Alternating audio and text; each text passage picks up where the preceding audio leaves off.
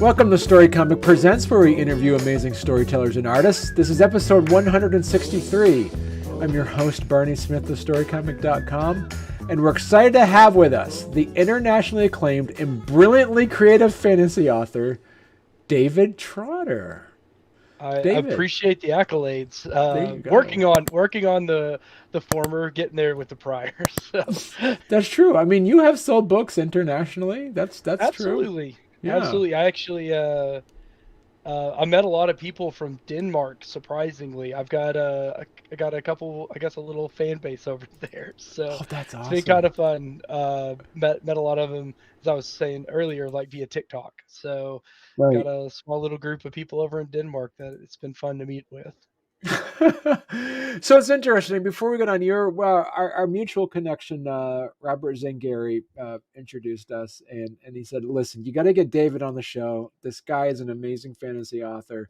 Um, just put out your first book that came out that was a successful Kickstarter last year, early Yeah, last year, called let me pull birthrights. it.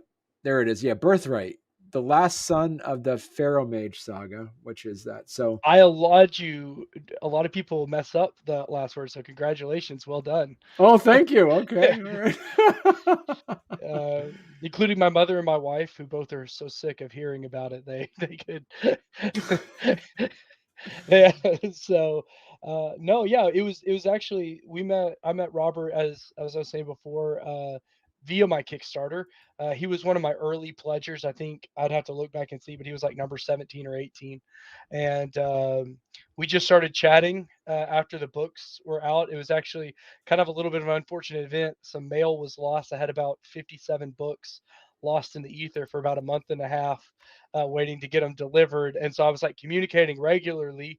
And Rob was one of the only people that replied back when I was posting updates.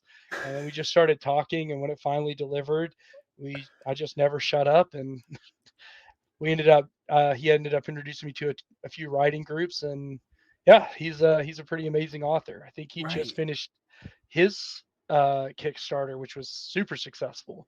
right.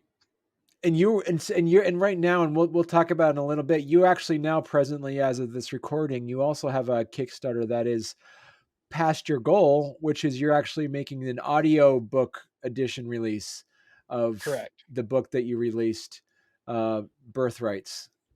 What from that Yes. there? So before we kind of jump in, or talk to us a bit about how you got into writing and how you came up with the idea of your book. So, I'm a huge nerd at every aspect of the level. Maybe not the huge physically part, but I'm a huge nerd. I grew up on Tolkien. Grew up on a couple of the epics. My mom is actually a literary major. She teaches high school, and so she had me reading stories like the Epic of Gilgamesh, the Iliad, and the Odyssey. Lots of different stories from different countries and cultures. Wow. So I love diverse cultures and different backgrounds. So like a lot of like Egyptian literature, a lot of Chinese literature, a lot of uh Indian literature. I thought it was really cool to get kind of a good mix, but obviously Tolkien's going to be the big standout for me.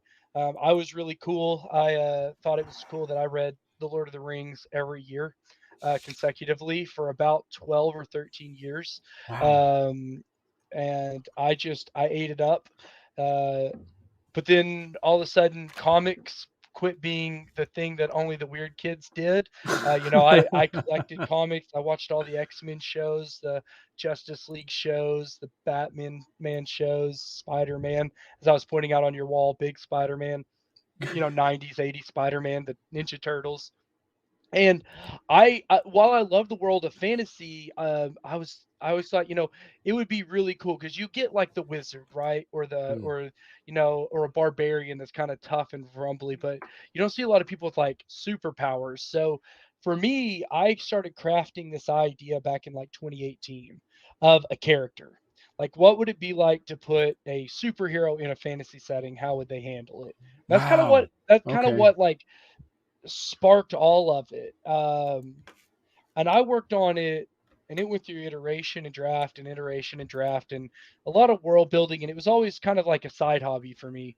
It was a big stress relief. I do IT sales, and so that can Hmm. be kind of stressful.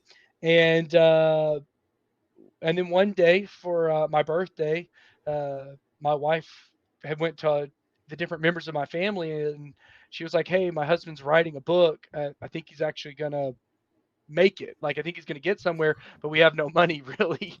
We had just had our, we just had our third son, and she put together enough money for me to get a professional editor to edit my work, which was huge for me. Right. When I got those documents back, it looked like somebody bled out on them with all the red ink.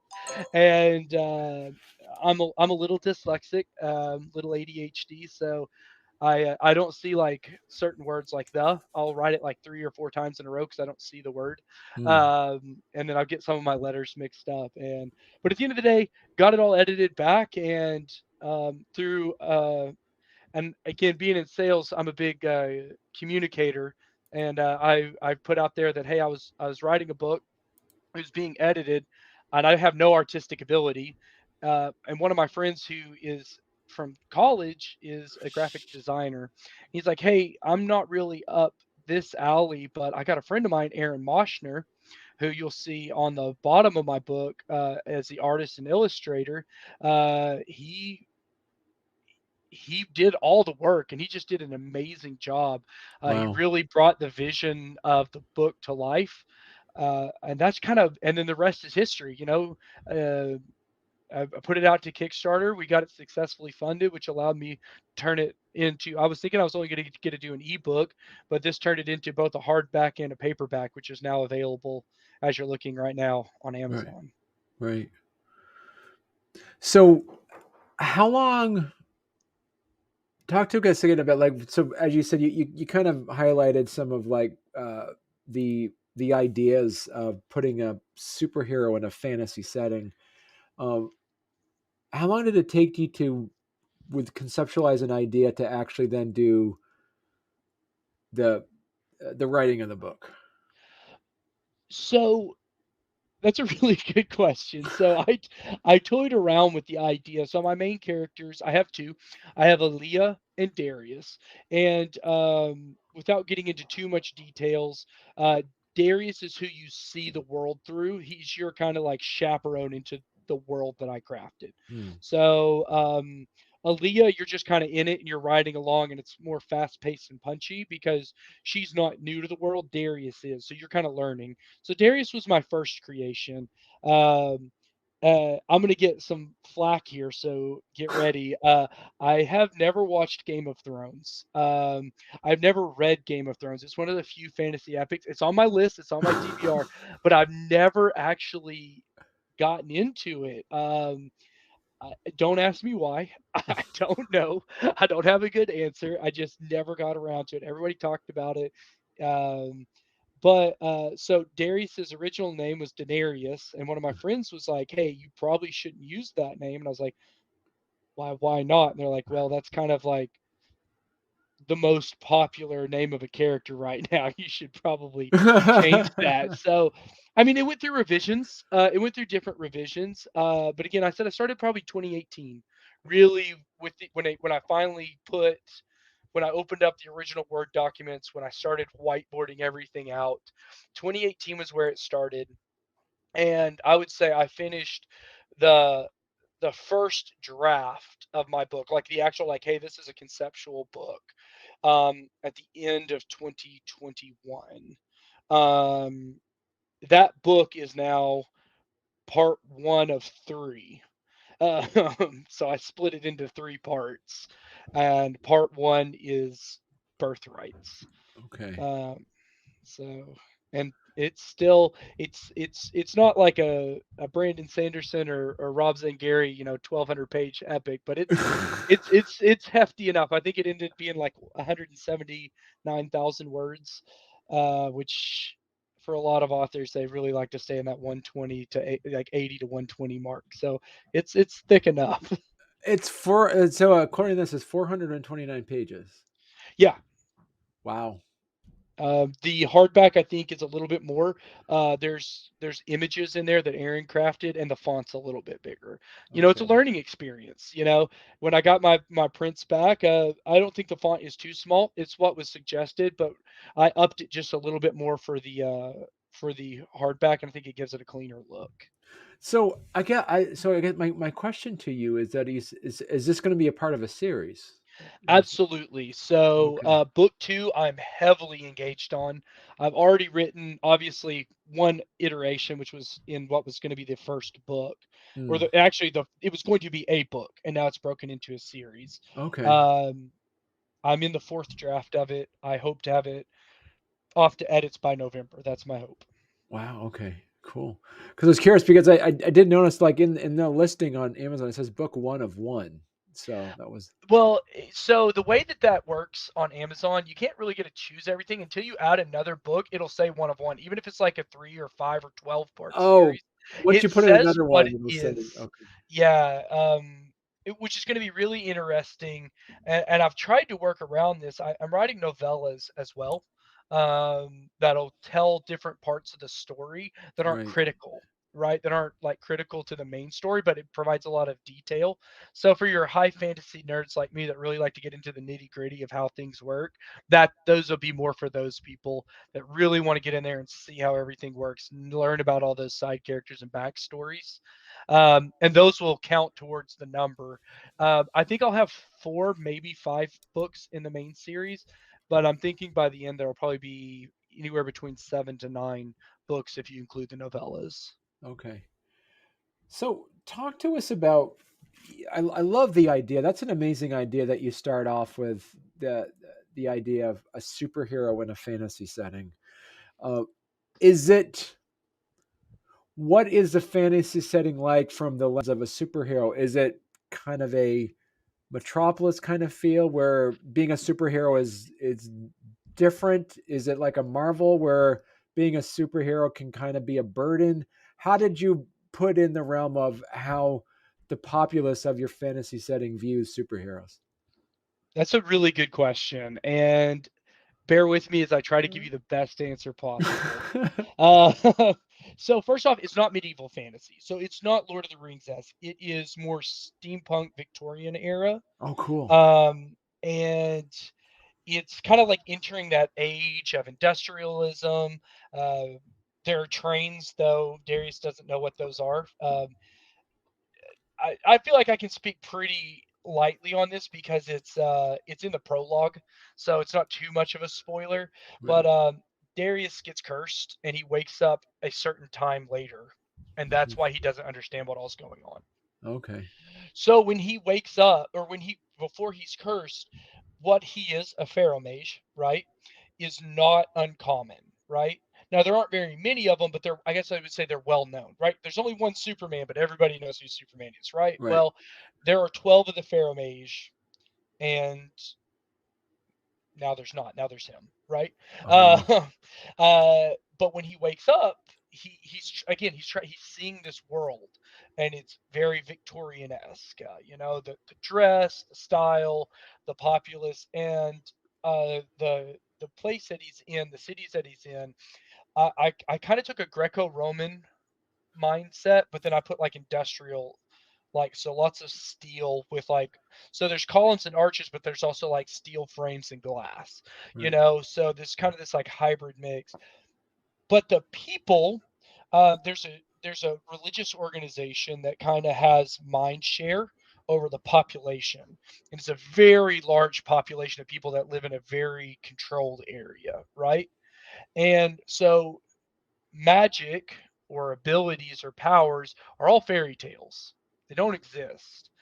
The only people who do that are, I call them the blessed, are members of the ecclesiastical organization that are these priestesses that have this ability to do different things.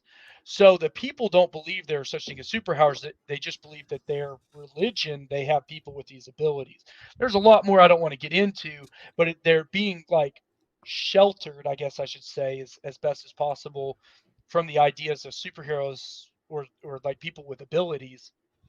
And Darius doesn't know that. He doesn't realize that. Mm. And so he's like a ticking time bomb in a city that is very, from the outside looking in, it's like, oh, it's a very like open community. There's lots of people from different nations. It's very like they're very well educated. They're very well like understood. They know things, but on the inside they're really controlled. They're actually very kept under lock and key pretty tight.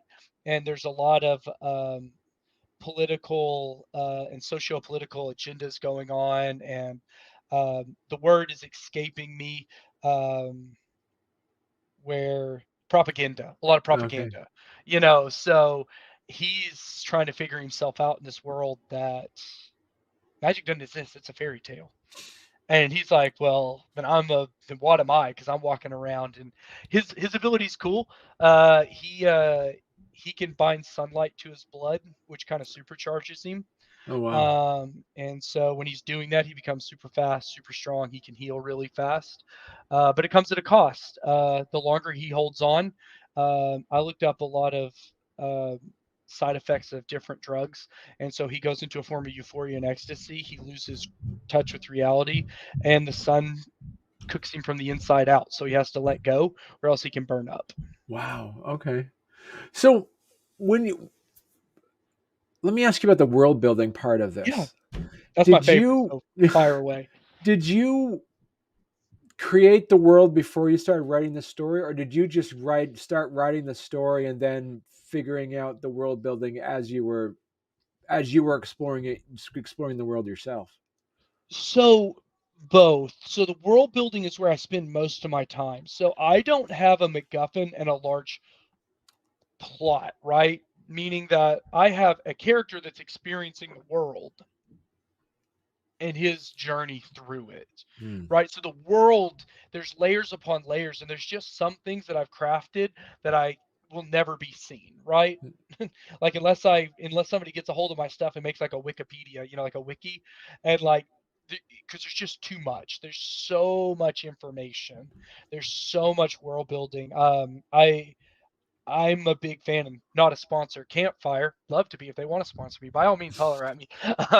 But I use Campfire, and I have just endless files and breakouts, religions. Like I think I have 17 different known religions in my world. I've got 42 different established peoples, 14 countries. There's 6 continents. It's a lot, right? And the people are not, one of the things I don't like about fantasy is like you got these people all live here and they all act, look, and sound exactly the same. And then all these people live over here and they all act, and your dwarves are all in the mountains and your elves are all in the forest and nobody intermingles. That doesn't make sense, especially not in like a Victorian era where like there are great ships that sail and people go to different places. I mean, I have trains, Right. right? So like, people are traversing. There's trade, and so it's like, how do you keep this idea of, well, magic isn't real in a world where there is magic, right? Well, I mean, I think about today in modern society, and different and if I may be like this, different people have different beliefs, either philosophical, theological, uh, you know, it's just so vast in the world, and we're living in the 21st century. This is, you know, would be set in like the 17th century. So, it's like it's been Wow. fun to play with. There's a lot. I love the world building. I love different people. I love people from different regions and cultures, and I think they each bring something unique. And I Hmm. I strove really hard not to pull too heavily. I didn't want to I don't want people to look at. Now there is one group of people that's pretty easy to call out, just because, and I'll get to it in a second. It's my own personal heritage. That is like, that's clearly where these people are defined from. But I did try. I don't want people to look at my world and be like, okay, well, this country is clearly based solely off of Japan, and this country is like an African nation, and this is like I try to give them different things and different feels. Right. So, and then come up with my own thoughts as well. Right. No, I want to get back to the point when you brought up about the dyslexia. I'm curious about, as you mentioned, some of the struggles you're seeing as kind of writing it out. At what point, what would be any tips that you would give for somebody who might be struggling as writing, and what would be some advice and tips that you would give to people that are struggling to just in general of just kind of getting a book written because they have one, but they're stalling out. Voice notes and readbacks, right? Like I carry my phone and I'll talk into it, Oh you wow. know, and I'll make notes. I also make notes just in the notes section of my phone. But then also when I write a section, I'll highlight it and I'll have like Word will read it back to you. Now, you may, if you're, into fantasy, you may have some goofy names that Word may not understand. So I use code names. So Okay. like Sam is pretty easy. Word gets that one. So Yeah. or like Dave, Barney, like it's gonna get those ones. Smith, but it's something that I joke around with Rob all the time. He has some very extravagantly named characters in his book, and well, I give him a hard time all the time. From Dr. Seuss's "The Zizzer Zazzer Says," that's what I jokingly call him that all the time, just because he has some wild names out there. But it really helps to hear back because Right. you think. And as we get into the discussion of the audiobook portion, like hearing Henry read back my works. It's crazy to hear a professional, like, because I am trying to get there. I am developing myself. I'm honing my talents. But he's a professional, right? To hear a Mm. professional read your stuff back, there's already like I want to go through and already rip apart book two and restructure so many things. I went through and I found I like did the control find and typed in the word just and I just hit delete because there's like 640 instances of that word. There's no reason for that word to be in the book. What the word just? Yeah, Wow. because Okay. if you listen, if I said, "Hey, uh, I just want to go to the market. I want to go to the market." What is Wow. Okay. or like and then, like if I'm going to go to the market and then I'm going to go to Aldi's, I'm gonna go to the market. I'm gonna go to Aldi's. It just Right. it flows and it makes sense. Wow. I That's put a on my good. socks, my shoes, and my pants. I didn't put on my socks and then my shoes and then my pants. So it's Oh just wow. little things like that, just like listening. And then obviously I read a lot and I listen to a lot of books and just hearing other people who are farther along the craft helps me out tremendously. So so now I'm curious. I wanted to ask you as well. Is like there's such a quick turnaround that I've noticed from your first book as you released it, Uh-huh. and you released it when you first released it. This was so you can get the paperback available, but was this specifically to get the hardcover? Is why you did the Kickstarter? Absolutely. So the first Wow. one, so a lot of people ask me, and this will get into kind of the print side. So this is Right. all stuff I'm very new to. It's very expensive to produce a book. Right. And whenever you sell a book online, you just don't make any money off of it, right? Like Right. the reason authors want to sell a million copies is not so they can make $40 million off of a million copies. They you sell a million copies, you're going to make $1,003. It's just there's not a lot of margin, especially in hardcover copies when you're Right. selling via Amazon, because one, Amazon doesn't make the kind of covers that I use, so I upload everything into Ingram Spark, Right. and then Ingram Spark sells it to Amazon, and I make the difference in not only does Ingram Spark take their cut, Amazon takes their cut, and I make the difference. Right. And so it's very, very slim margin. So the book, it was selling, I think, for 49.99, and if somebody bought one online, I made $3.22. So and everybody's like, "Hey, why is your book price so high?" It's like I can only set, there's only so much room to go. And so what Right. the Kickstarter allowed me to do was cut out Amazon, order direct from Ingram Spark. So I was buying it from myself. Right. So and then selling it to people so that way I could recover costs to be able to pay to do the audiobook. Right. Oh, okay. Wow. Now, and as you mentioned, and you mentioned in your Kickstarter as well for the audiobook that you're a huge fan of audiobooks. Absolutely. Was this an idea that you had in place where you wanted to? Did you know did you know as you were writing Birthright that you wanted this to be an audiobook as you were writing it? I dreamed it. I never thought I would get there, right? Like, I never thought that it would become an actual book. To be honest, it was a stress relief for me. Again, I struggle with writing because I'm dyslexic. I struggle with speaking. I get choked up and Mm, I'll miss my words and I'll forget. But I wanted to. I was doing all this um, as a stress relief. There were some hardships that my family went through. mm, Um, if you'll indulge me, it's a little sad, but in 2020, my wife and I were expecting triplets and we lost them, and that put me in like a really dark place and really writing this story. And a lot of the instances that Darius and Aaliyah go through, a lot of the pains and the emotions that they feel were my escapism, right? It was my mm, ability to write through the pains and the hardships that we experienced. It wasn't actually until I had finished the book and I was sitting down and I was talking to my oldest brother who was born with degenerative eyesight. He's 100% blind now. That he was like, "I'd love to read your book, but I can't." mm, And I was like, right. "Oh, I know." He was like, "Have you ever thought about doing an audiobook?" And I was like, "I would love to, but I just."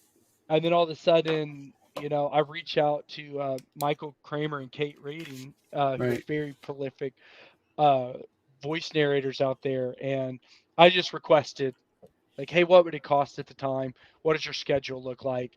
And they were like, "Hey, we actually got a lot of projects going on, but would you be open to a suggestion?" And obviously, I'm like, absolutely. And they're like, hey, our son is doing some work. Here's some of his projects. Take a listen. Well, Darius is 28, 29 in the book, and Aaliyah is 23. Mm, Michael Kramer is the father of Henry Kramer, and Henry Kramer is my age. So Henry coming in breathes a younger life into the book, and he's just so talented, wow. and he just took on the project and just ran with it, and Right. it was a dream come true hearing him when he sent the prologue out, which if you listen to my Kickstarter after my short little Ferris Bueller skit, I put my the prologue out there so you can listen to it, and just his voice just is amazing. It has such great vibrato, such depth. The characters he does so well. He just brings it all to life in such a way that was just beyond my dreams. I never expected to be there. Wow. I never expected to be here. I didn't expect any. Had you asked me this time last year if any of this was going to happen, I'd be like, absolutely not. Like, this is no way this is going to be here. Right. I never thought I'd have a book that had sold over 500 copies to like 17 different countries. I never would have thought I would have been working with the people that I'm working with. It just kind of, I still sit back sometimes and I'm just kind of like, wow, Yeah. how did this happen? So let's talk about your Kickstarter. Let's Yeah. So as I say, congratulations. Not only did you get, that you're there, you got you're already backed. You got 47 backers. You also get the project we love, which is amazing. Um, That was a huge win for yeah. us. Actually, I was at 27 backers whenever we hit funding. We got Project We Love. And I say we because Robert did help a lot with this. And right after we got that, I jumped up 12. Like Wow. 12 additional backers came in. It was great. And and one thing I really want to point out on here is my original one. I know we were looking at it. It was at a little bit more from a funding perspective, but it was a lot higher value items going out. Right. And you can see I've already surpassed the backers, and I've still got 11 days left, and people are funneling in. I think I added a new one today, two yesterday. Um, it just seems every day we're adding two, three at a time, and it's been a journey.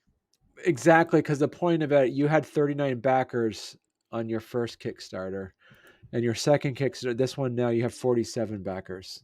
Um, And I think one thing I want to point out, especially for anybody who's interested in running Kickstarters, so my at cost for this one, unless somebody selects one of the book bundle options, which for the most part people are just getting the audiobook, right. I have no cost in, right? Like it's already all been covered in the creation of the book. Whereas my other one, for every single person of that $2,900 I raised, I only profited like $300. Wow. All of Yeah. that went back into the production of the book and the paying of the cover design. So where this one, it's like, hey, it may be a little bit less financially. It's going to have a lot more financial impact in a positive way for me personally. Right. And so, yeah, so what you have here is that you get your, for a pledge of $10, someone's going to be able to get the book, Yeah. some digital artwork. So it's interesting. These are new readers then. These are Yeah. new So for the read. most part, almost everybody on this Kickstarter, I think I brought over 6 from my former. Wow. Almost every single person on here is a new Kickstarter. And what's even more crazy to me, of my original Kickstarter, I think there were 39. 32 of them I knew personally. Like they were either a friend or a friend of a friend. Like there was like a 2-level connection. Of Right. this one, besides like 6 or 7, I think all of them are people I've never met before, people I don't know. They Wow. found me via either Project We Love, TikTok, social marketing, or like referrals. Right. And so, and yeah, so they, you look, and then you have at the $20 level, you get the ebook, and then you get the audiobook, Correct. which is fantastic, because if you think about it, if you look at it from this perspective, you're buying, your people are going to be getting a brand new audiobook for $10 because you add on the $10 for the digital Absolutely. book. And when it goes on to, Audible, it'll be like 24.99. Right. So they're getting it for more than half off. Right. Um, and then my paperback is 16.99. So here $35 you get a full bundle. And you can take the audiobook and the ebook, download it on your Kindle and give the paperback as a gift to someone. Right. Yeah, the paper right there. Yeah, that's for 30, yeah, and 35. So that, yeah, like you said, you're going to get a deal on this because you're going to basically be getting the paperback for $15. So you're going to save money on it. And if you're going to buy it online, and same goes here for the hardcover book. The hardcover book sells, as you're pulling that up, sells, brand new. It's priced at $50 as a list price Yeah.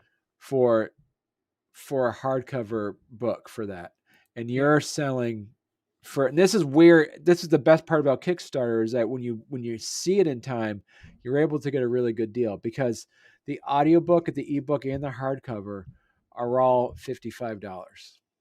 Right. And it cost me about $30 to produce the hardcover, right? Like so Mm-hmm. what I'm getting out of that, so if somebody buys that, I get $25, right? Right. Because the audiobook is created, the ebook is I just have to pay the royalty share to share it, right? Right. And then I just order that hardback. And this was never for me to get rich, right? This is an experience for me, and I want people to read it and to learn and get to be a part of it. And it's been great because, I was just somebody messaged me last night on Facebook who got the book during my last Kickstarter, and they just were blowing me up with questions, mainly when my next book is coming out. And I'm trying, I'm trying really hard to get it out. Like I said, I'm hoping to get edits out in November. It'd be awesome if I could get it sooner so I could have a Christmas release, but we'll see. Right. And then you, and yeah, and we missed it. We missed your early birds, because this would have been a fantastic deal if I, looking at the hardcover, the early bird pledge, $44 for the hardcover, ebook, and audio. Yeah, I Man, that actually would have got been several on that. I got 6, I think. you got 6 on that one. Those are some smart people that picked that up right away. Yeah, I think what else is crazy, I actually have probably 2 or 3 people who have gone in and just pledged, no ask, just like, hey, they're like, "Hey, I've loved your work. Keep it up. Be Right. successful," which has been cool. So talk to us a bit about, as you mentioned, is like, how important do you find the uh, the illustration when it comes to, that, when it comes to, because you do have you have your illustrator on in the book. Oh, 100%. Okay. I cannot I you go into a bookstore, right? The first thing you're going to see is covers, right? Covers and spines. It's Mm, got to catch the eye, right? It's got to get there. Um, and that's been, and I would say Aaron, he was able to. If you look at like the bear claw here, right? If you look at like the bear claw cover, that and this is actually the first rendition, so this isn't even like the final product. So be thankful you got something better than this. These are all of the little errors that I Huh? corrected. But if you look at this bear claw, there's so much that goes into it, so much in the book, and it's layers, right? Like when you look at it, you're like, oh, that's a cool cover, that stands out, that's a little bit different. But when then you get the chance to actually read the story and you go back, you're like, oh, now I understand this. Oh, I see that. This is cool because there's so much more. And then the color palettes, how it fades from that really nice blue into that rust into that fiery red, really Mm, bespeaks something that is like, hey, this isn't medieval. This is more that Renaissance uh, esque look of a book. And oh, he just did an amazing job. right. Uh, and when people open it up, so if you buy, so this isn't in the paperback, but in the hardcover, there are full page illustrations, and they're Wow. each unique. So what he did is I said, hey, here are some scenes or thoughts, right, from the book. Do with them as you please, right? And so they're each like a different style. So they're all Okay. him, but like one of them's really like gothic-esque, and one of them is very clean and sharp, and the other one is more like a modern-esque weird, you know? Because I mean, I've got mythical creatures that are kind of grotesque, and I've got, powers and creatures and beasts and beings and this fantastical city with this great tower that's sticking up out of the middle of it, and it's just he was able to just really bring to life and one of the coolest things, he did a character study of Darius, and he drew him like in six different art styles, and each one looking totally different. Wow. So that way, when you look at it, you can kind of get a feel, but you're not immediately like, oh, this is what Darius looks like. In your own mind, you can create your own image and just kind of like plug him in. He actually did one where it's like he drew the whole body, hair, clothing, his staff, all of it together, but he left the face blank. Like he took like a pencil blur and like blurred the face, so that way you can just like input your own idea of Hmm. how you want this person to be. And that's the thing that artists can do that I can't, right? They get to tell a whole nother layer of the story, which And is so, why it thrills me that you're an artist because I'm just horrible at it.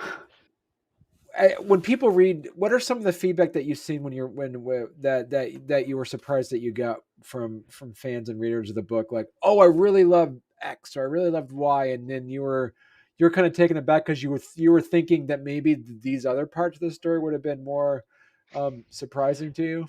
So again, I so Aaliyah stole the show for a lot of people, Okay. and she's not a secondary character. Don't get me wrong, but like when you craft a world to be seen through Darius's eyes, I've spent so much time and attention. Again, I love world building, and you just see the world through Darius, and you get to absorb it through Darius. But from Aaliyah, you're just riding along, and you're just thrown into the middle of this city, right? Um, there's a massive wealth disparity in my city. There's class systems, and she's at the bottom, right? Mm, And I wrote this before the dreaded plague that hit us. There was something called the white fever, a big plague that broke out that spread through the city, and when you got it, you knew you got it because your hair would turn white and begin to fall out, but it would turn really white. So mm, all the uppers, that's what they call the upper class, they wear these big powdered wigs that are dyed these fancy colors, so you can't tell whose hair changed or not. Well, Aaliyah, she had gotten it. She actually lost her family to it. That's why she's very jaded towards the uppers. And so she leaves her hair short and white. She just is like she's so on the nose. She's vengeful. She's spiteful. She's a really small person, but she's really big. mm. And people just eat her up. There's a scene where she's accosted by a couple of individuals, and she's in a very precarious position. It and it's about to take a turn for about as worse as you could imagine, just without getting there. And she proceeds to fight her way out of that situation in a very unique way.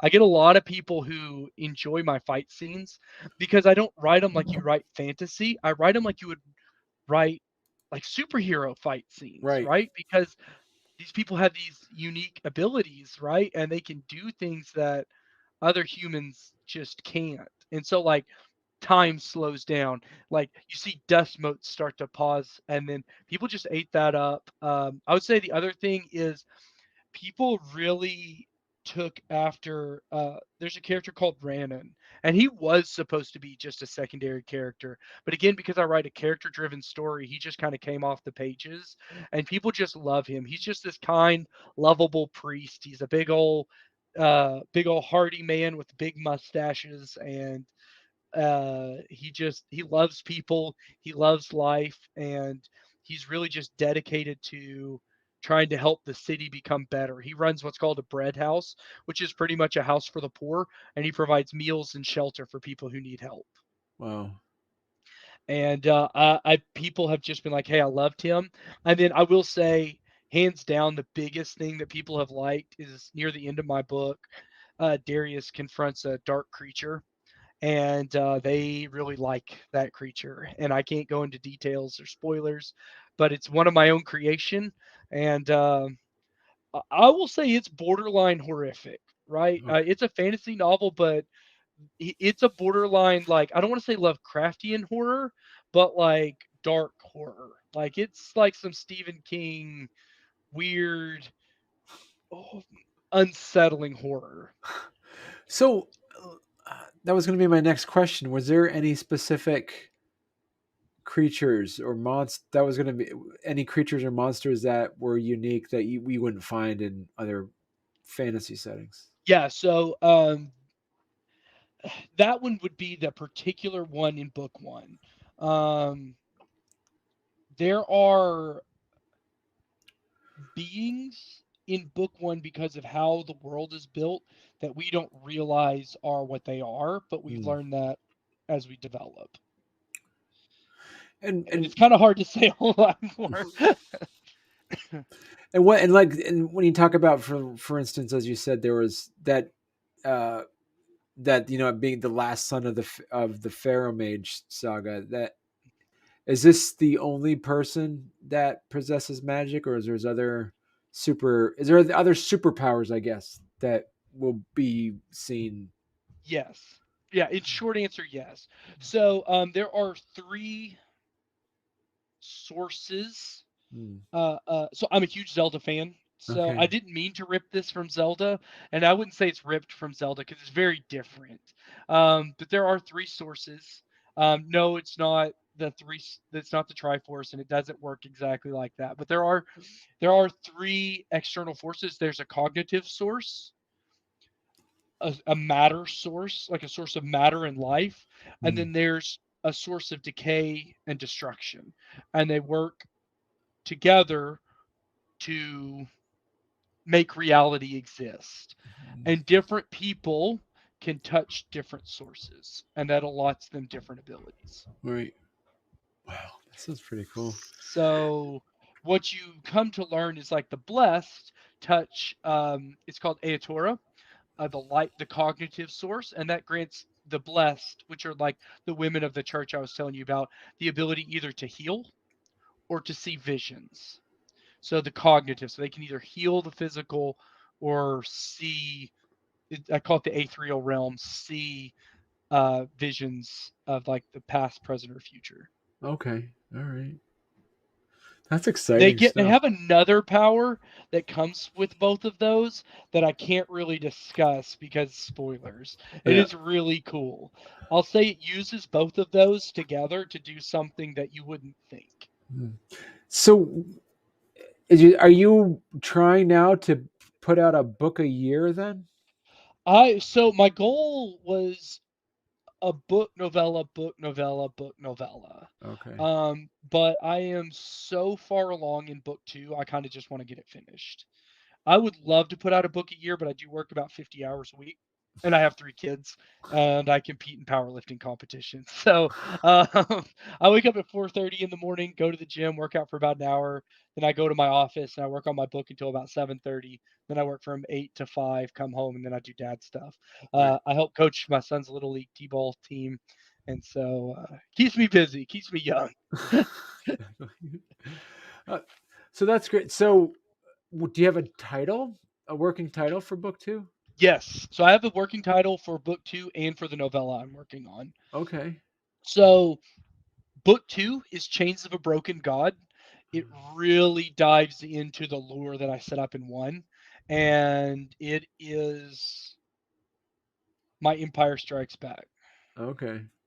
I love that trope, and they can at me if they want, but I love the trope of reassessing and showing, because let's take Lord of the Rings for example. You never really see what Sauron can do, right? You never really know just how bad he is. Right. But that moment when Darth Vader cuts Luke's hand off and just shows that despite all the training Luke did, he's nowhere on the same level. Luke is way out of his league. Han Solo's frozen in carbonite. Nothing's working out. You get this scope of, hey, maybe it's not just this funny little empire that's going around being maniacal that doesn't know what they're doing. Right. They're good at what they do and they can do it well, and I like that because I always hate the whole Dark Lord. It's like, I'm the Dark Lord. I've been working for 40,000 years on this plan, and some like 12-year-old walks up and is like, "Oh, here's a magic arrow," and then it's like, "Oh, you foiled me." So This is great. So, and are you? Would you be doing the second book as a Kickstarter as well? I plan on it. I, Yeah. I I I don't. It would allow me to do hardcovers again Mm, and to distribute hardcovers to those who want it. It would also allow me to get like pre-sales, so that way I can hire Henry again because I've been talking with Henry. We both want the project to continue. I think he enjoyed it from what he said. I may be putting words in his mouth, but he seemed like he enjoyed it, and we're definitely working on what book 2 and that novella will look like. right. Wow, that's awesome. Well, listen, David, you got to come. You got to come back on the show Oh, when you're ready to absolutely. talk about your second book. Oh, I'd be more than happy to, and I appreciate the time. It's been fantastic getting to sit down and talk. Yeah. And so, if people want to learn more about your book and find you, what's the best place that they can go? So you can find me there. There's a multitude of different places. Facebook, David Andrew Trotter. Instagram, that's me, 16 DATZ, David Andrew Trotter. It kind of works. That's me 16. I'm also on TikTok. I like to make silly videos here and there, but you can find me there on David A Trotter 92, Okay. where I goof around and make fun of myself and talk about the weird side of authoring that nobody likes to talk about. I like to, talk about the random things like hand cramps when you're trying to type, or, Right. when your brain just turns to dust in the middle of a project. That's awesome. All right. Well, thank you very much, David. And like I said, I look forward to having you come back on in a few months. Awesome. Well, hey, I look forward to it as well. You have a fantastic rest of your day. Thank you for having me.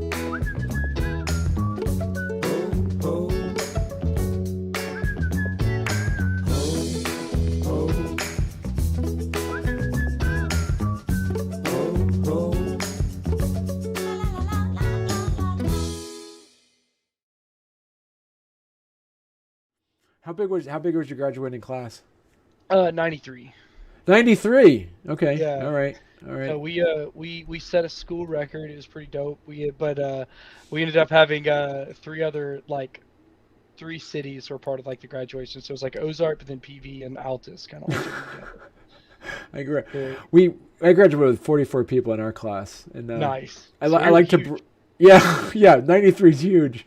I like to brag that I graduated 10th in my class when I went to like the big city schools. Like, There you go. There you go. I don't tell them there's 44 people. I just tell them I graduated 10th in my class. Hey, that's fine. Hey, I get the privilege. I graduated. 34% of the student body I was related to. 44% of the females I was. So I married a girl from California just to be safe.